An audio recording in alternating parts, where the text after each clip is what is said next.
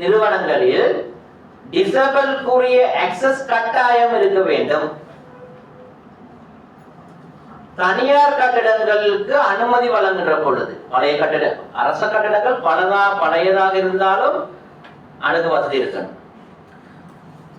தனியார் புதிய கட்டிடங்கள் அமைக்கிற பொழுது இந்த உள்ளூராட்சி சபைகள் டிசபிலிட்டி ஆக்சஸ் இருந்தால் மட்டுமே அனுமதி வழங்க வேண்டும் என்று தீர்ப்புகள் வழங்கப்பட்ட சந்தர்ப்பங்கள் இருக்கிறது.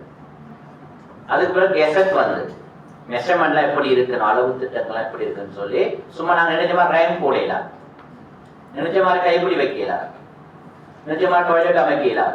அதுக்கு சட்டத்துல ஸ்டாண்டர்ட்ஸ் அளவு பிரமாணம் இருக்கு. அதன் பிரகாரம் செய்யப்படுதல் வேண்டும்.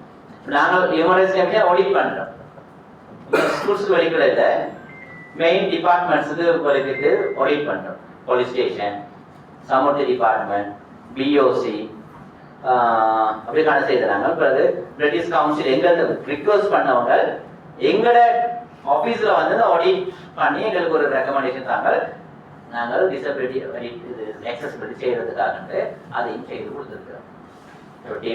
டீம் என்றால் நாங்கள் தான் லீட் பண்றோம். பட் அதுக்குரிய எக்ஸ்பர்ட்ஸ் அந்த ஒவ்வொரு துறை சார்ந்தவருமே அந்த அணியில் இருக்கணும்.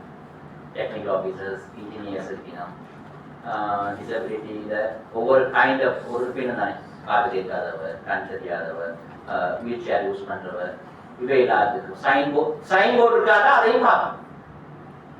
இதெல்லாம் இன்றைக்கு டெவலப் பண்ணப்பட்ட சைல்ட் ரைட்ஸ்ல வரும்.